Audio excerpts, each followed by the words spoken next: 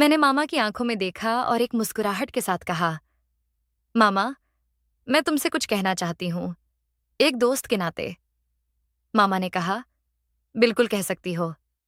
मैं तुम्हारे साथ एक बार फिर से अपनी जिंदगी को उसी एंजॉय के साथ जीना चाहती हूँ। मामा ने भी मुस्कुराहट के साथ कहा, अरे इतनी सी बात, अगर तू चाहती है तो ऐसा ही होगा। बस फिर से जिंदगी हमें मौका दे दे। जिंदगी ने हमें ऐसा मौका भी दिया और इस बार मैंने उसे इतना एंजॉय किया जितना शायद पिछली बार भी नहीं किया था। इस बार पिछली बार से कुछ अलग था। हम पूरी रात भर नहीं सोए। छत पर जाकर आसमान के हर तारों की गिनती करते हुए ही सुबह हो गई। आप ऐसा भी समझ सकते हैं कि मेरे मामा ने मुझे इस दुनिया से बाहर जन्नत की सैर कराई। मेरी और मेरे मामा की यह कहानी किस तरह से शुरू हुई और किस तरह से हम दोनों में यह रिश्ता बना, यह मैं आपको अब शुरू से सुनाती हूँ। बस आपसे प्रार्थना है कि इस कहानी को अंत तक जरूर सुनिए। आप इस कहानी में भरपूर मनोरंजन करेंगे। मैं बहुत पहले से जानती थी कि मेरे मामा मुझ पर बुरी नजर रख रहे हैं। मैं कुछ बोल भी नहीं पाती थी क्योंकि मैं तो उनके घर पर ही रह रही थी। वह जानते थे कि मैं किसी और लड़के से प्यार करती हूँ। शायद वह इसी चीज का फायदा उठाने की कोशिश कर रहे थे, क्योंकि जब उन्हें इस बात का पता चला कि मैं किसी लड़के से प्यार करती हूँ, उस दिन उन्होंने कहा था कि मैं तेरी मदद करूंगा, सभी से बात भी करूंगा तुम दोनों की। उनकी बात सब मानते भी थे, मेरे मम्मी पापा और मेरी बुआ भी। उनकी बात को टालते नहीं थे, इसलिए मुझे मजबूरी में चुप रहना पड़ता था और मामा की बात को मानना पड़ता था। उन्होंने मुझे दोस्ती के लिए पूछा था कि हम दोनों आज से दोस्त की तरह रहेंगे। जो भी मन में बात होगी वह मुझे बताना। मैंने भी दोस्ती के लिए हाँ कर दी थी। उस समय सोचा नहीं था कि दोस्ती के लिए बहुत कुछ कुर्बान करना पड़ सकता है। मैं तो सिर्फ इसलिए मजबूर थी क्योंकि जिस लड़के से मैं प्यार करती थी उसे कोई भी पसंद नहीं करता था। ना मेरे घर वाले, ना रिश्तेदार और ना ही मेरी सहेलियां। मेरे पास और कोई रास्ता नहीं था सिवाय मामा की मदद के। मैं अपनी हर बात उनसे शेयर करने लगी। मैं उनसे कोई भी बात नहीं छुपाती थी। कई बार जब वह मुझसे मिलते तब हाथ मिलाते थे। एक दिन मेरी बुआ बच्चों को लेकर अपने घर गई थी। मैं और मामा हम दोनों ही कमरे में थे। दरअसल मामा और बुआ किराए के कमरे में रहते थे। उनका असली घर तो दूर गांव में था। इससे पहले मैं अपने मामा के साथ कभी भी अकेली नहीं रही थी। आज मन बहुत घबरा रहा था। डर लग रहा था कि मामा कुछ ऐसा न करने लगे जिसे मैं नहीं करना चाहती। वह मुझसे 22 साल बड़े थे। उनकी उम्र 40 साल थी और मैं अभी अभी 18 की पूरी हुई थी। रंग गोरा, कमर तक लहराते घने लंबे बाल, पूरा भरा हुआ शरीर जिसे देखकर जवान हो, चाहे बूढ़ा बस देखता ही रह जाए। अरे मैं नाम बताना तो भूल ही गई। मेरा नाम है मुस्कान। शायद मेरा नाम मेरे माँ बाप ने ठीक ही रखा था, क्योंकि हर समय मेरे होठों पर मुस्कुराहट रहती थी। मैं ज्यादा बात नहीं करती थी, लेकिन अपने मामा से मैं अब खुलकर बात करती थी। मुझ में और उनमें बहुत फर्क था। साथ ही डर भी था कि कहीं वह मेरे अकेलेपन का फायदा ना उठाएं। मैं सोच रही थी कि अब क्या करूं। तभी मामा ने कहा, आज हम दोनों ही अकेले हैं। क्यों ना आज हम दोनों सब कुछ भूलकर इस जिंदगी को एंजॉय करें। ये जिंदगी हमें बार बार नहीं मिलती। कभी कभी खुद के लिए भी जीना पड़ता है। क्या तुम तैयार हो जिंदगी को एंजॉय करने के लिए? मैं नजरें झुकाए हुए खड़ी थी। अब तो मन में बहुत ज्यादा घबराहट हो रही थी। मैं सोच रही थी, कहीं आज मामा मेरे अकेले होने का फायदा तो नहीं उठाएंगे। जिंदगी को एंजॉय करने की बात कर रहे हैं, उनका जो भी इरादा है वह मुझे साफ नजर आ रहा था। फिर भी मैंने पूछ ही लिया, मामा आप किस एंजॉय की बात कर रहे हैं? मैं कुछ समझ नहीं पाई। वह कहने लगे, अरे एंजॉय भी नहीं जानती? हम दोनों साथ मिलकर खाने पीने की पार्टी करेंगे। मैंने कहा, तुम शराब की बात कर रहे हो क्या? वह कहने लगे, हाँ, मैं उसी की बात कर रहा हूं। हम दोनों दोस्त हैं। हम साथ में ये एंजॉयमेंट करेंगे तो ना तुम मेरे बारे में बता पाओगी कि मैं शराब भी पीता हूं, और ना मैं तेरे बारे में किसी को कुछ बता पाऊंगा। मैं कभी कभार ही एंजॉयमेंट करता हूं जब कभी अकेला होता हूं। आज अच्छा मौका भी है, क्यों ना जिंदगी को अच्छे से एंजॉय किया जाए। मैंने कहा, मामा मैंने तो कभी शराब पिया भी नहीं, बल्कि मैं तो शराब से बहुत नफरत करती हूँ। मेरे घर में मेरे पापा बहुत शराब पीते हैं, जिससे घर का माहौल भी खराब हो गया है। इस शराब की वजह से तो मुझे मेरी मम्मी ने यहाँ तुम्हारे पास भेजा है, ताकि यहीं पर रहकर मैं आगे की पढ़ाई पूरी कर पाऊं। जिससे मुझे नफरत है, मैं भला उसे कैसे पीऊंगी? मामा ने मुझे कहा, तू चिंता मत कर, आजकल के नौजवान सभी ऐसा करते हैं। ये कोई बुरी बात नहीं है। अगर इसे सही से एंजॉय किया जाए तो यह स्वास्थ्य के लिए भी अच्छी होती है। आगे चलकर मुझे मामा की बहुत ज़रूरत पड़ने वाली थी। मैंने भी हाँ कर दी। उन्होंने मुझे बाइक पर बैठाया और कुछ ही दूरी पर एक छोटी सी मार्केट में ले आए, जहां पर ठेका भी था और कुछ दुकानें भी। मामा पहले सीधा ठेके पर गए और उसके बाद वह एक केमिस्ट की शॉप पर चले गए। पता नहीं केमिस्ट के पास क्यों गए होंगे, ये तो मुझे पता नहीं था। मैं घबरा भी बहुत रही थी। रात का वक्त था, करीब 8 बजे बज रहे थे। जब मामा केमिस्ट की शॉप पर से आए, हम सीधा बाइक पर बैठकर वापस आ गए। बाइक पर चलते हुए बीच बीच में वह कुछ ऐसी ब्रेक लगा रहे थे जिससे मैं एक झटके से उनकी पीठ से चिपक जाती। शायद यह सब जानबूझकर था। मैं पूरे रास्ते बस यही सोच रही थी कि आज किस तरह से खुद को बचाऊं। लेकिन जब वह बाइक में ब्रेक लगाते तब मेरा ध्यान भटक जाता। इस सफर में मेरे अंदर कुछ अजीब सा एहसास पैदा हो रहा था। शायद मुझे अपने बॉयफ्रेंड की आवश्यकता थी। उसका नाम मनोहर था। दुबला पतला और रंग सांवला देखने से उसे ऐसा लगता था जैसे कि वह बहुत बड़ा नशेड़ी है। शायद इसीलिए कोई भी मेरा अपना उसे पसंद नहीं करता था। मैं एकदम खूबसूरत थी और मनोहर मेरे बिल्कुल विपरीत था। जब हम कमरे में पहुंचे, मैंने अपने बॉयफ्रेंड यानी मनोहर को मोबाइल से फटाफट मैसेज किया कि आज वह मुझसे मिलने यहां पर आ जाए। वह जानता था कि मैं कहाँ रहती थी। उसका घर ज्यादा दूर नहीं था, लेकिन उसके पास बाइक थी। मनोहर का रिप्लाई आया, बस 1 घंटे बाद पहुंच रहा हूं। मामा ने पूरी तैयारी कर ली। सारा सामान जो जरूरत का था उन्होंने टेबल पर सजा दिया। मैं वह काम करने जा रही थी जिससे मैं नफरत करती थी, लेकिन मजबूर थी। मैं हर हाल में मनोहर को पाना चाहती थी।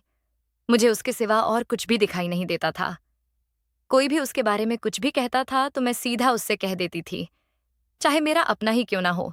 मैं किसी की कोई भी बात मनोहर से नहीं छुपाती थी, लेकिन मैंने अभी तक अपने मामा के बारे में मनोहर को कुछ नहीं बताया था। मामा गिलास में पैग डाल रहे थे। मैंने पैग उठाने से पहले मामा से कहा, मामा, मैं मनोहर से मिलना चाहती हूँ। आज अच्छा मौका भी है और मैंने उसे मैसेज भी किया है। वह आधे घंटे में यहाँ पहुंच जाएगा। मामा का चेहरा एकदम उतर गया। शायद उनके अरमानों पर पानी फिर गया था। पहले तो वह थोड़ी देर भड़के कहने लगे, मेरे होते हुए तू किसी और को यहाँ पर मिलने के लिए कैसे बुला रही है? तुझे लगता नहीं है कि इस बात की इजाजत लेने के लिए तुझे मुझसे पूछ लेना चाहिए था?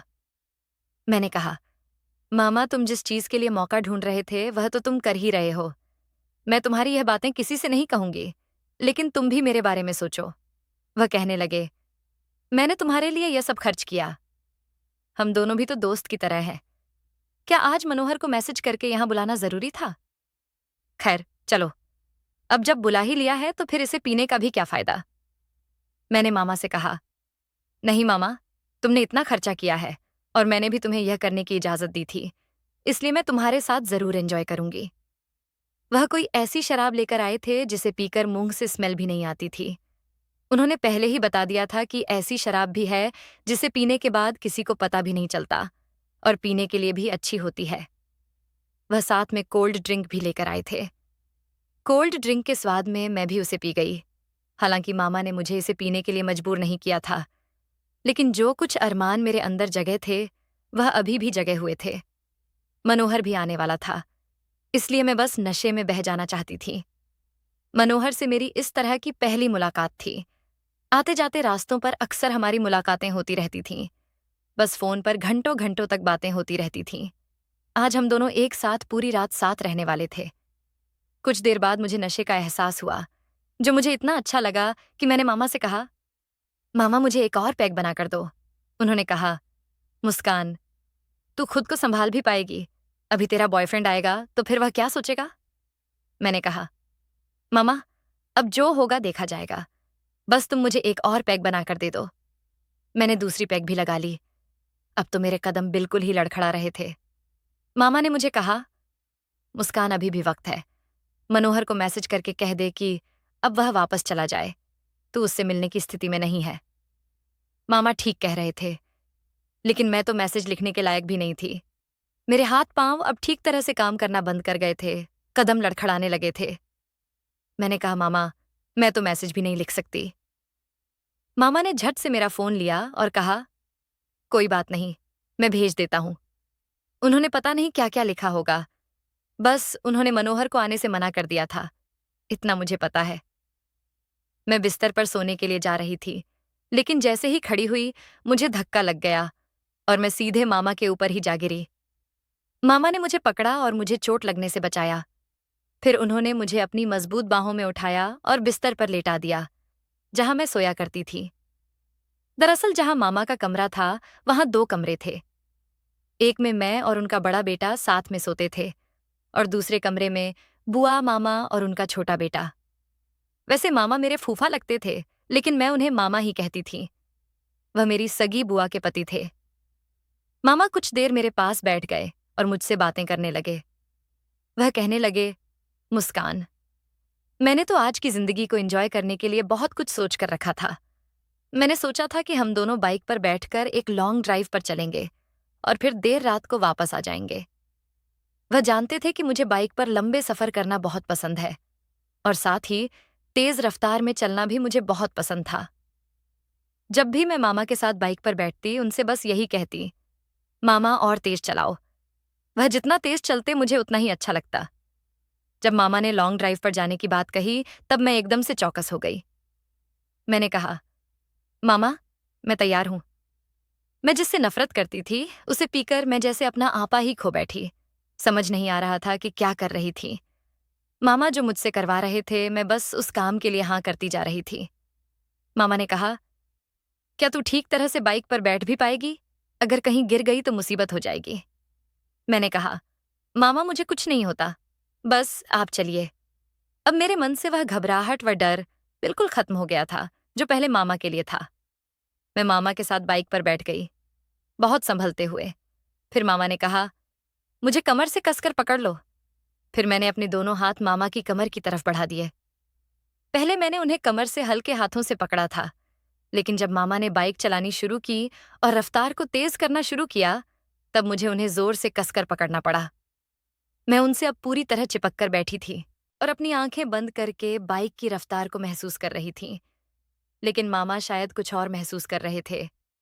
लगभग 1 घंटे के सफर के बाद हम वापस मुड़ गए। इस समय रात के करीब 11 बजे बज रहे थे। वापस आते समय मैंने अपने हाथ मामा की कमर से थोड़े ढीले कर दिए। एक जगह चलते चलते रास्ते में एक गड्ढा आया। गड्ढे में जैसे ही बाइक का टायर गया, मैं बाइक से इस तरह से उछली कि बस नीचे गिरते गिरते ही बची। मामा ने बाइक रोक दी और कहा, मैंने कहा था ना कि मुझे कसकर पकड़े रहना। अभी कहीं कुछ हो जाता तो हम किसी को क्या जवाब देते। अब तू पीछे बिल्कुल भी नहीं बैठेगी, आगे आकर मेरी गोद में बैठ जा। मैंने कहा, मामा, मैं तुम्हारी गोद में कैसे बैठ सकती हूँ? मैं कोई छोटा बच्चा नहीं हूं। अगर मैं बैठ भी गई तो तुम बाइक कैसे चलाओगे? मामा ने कहा, इसकी चिंता तू मत कर, तू बस आगे आकर बैठ जा। मैं मामा से आगे बैठ गई और मामा बिल्कुल मेरे पीछे।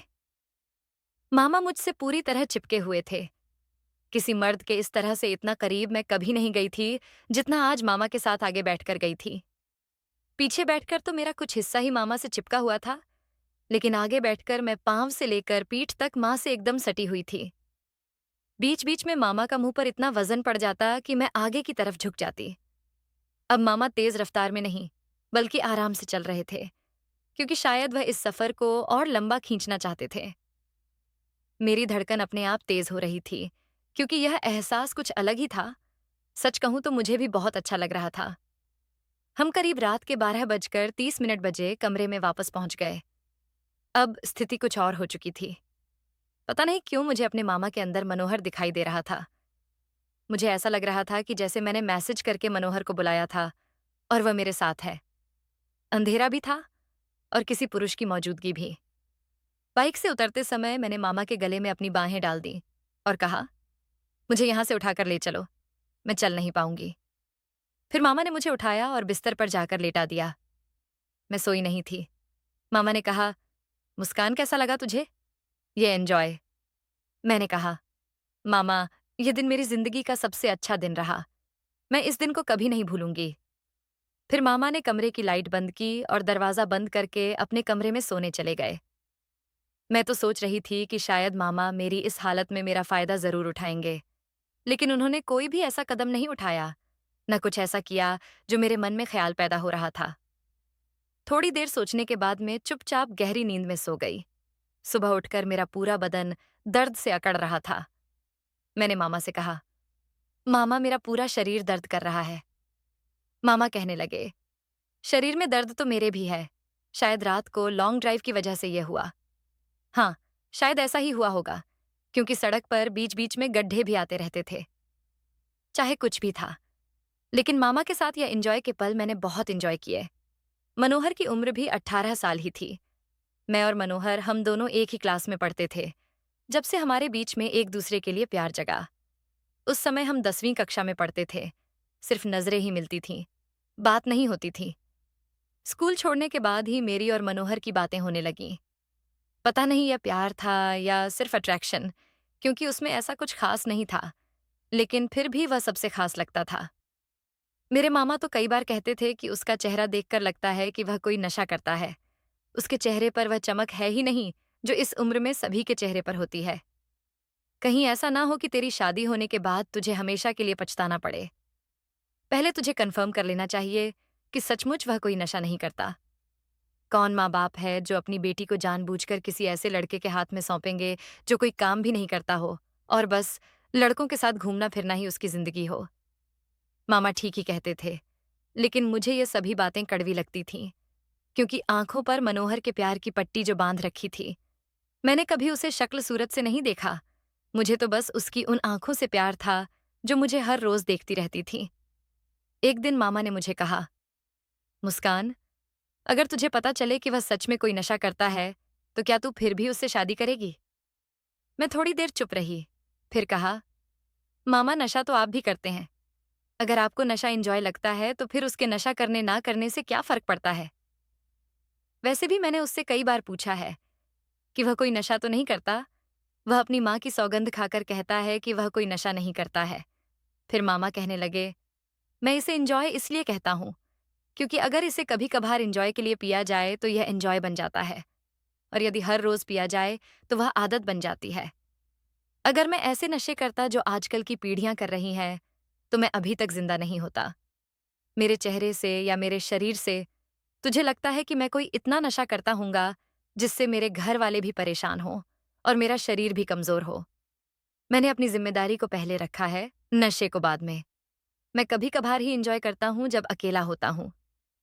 मैं किसी की संगति में किसी के साथ बैठकर कोई नशा नहीं करता। अगर वह अभी से ही कोई जानलेवा नशा कर रहा है, तो कहीं ऐसा ना हो कि शादी के बाद कुछ ही सालों में ही तुझे विधवा बनाकर चला जाए। मामा ने मुझसे स्पष्ट कह दिया, जैसे कि मनोहर ज्यादा समय नहीं जी पाएगा। एक तरफ प्यार था और दूसरी तरफ वह सच्चाई जो मामा ने कही थी।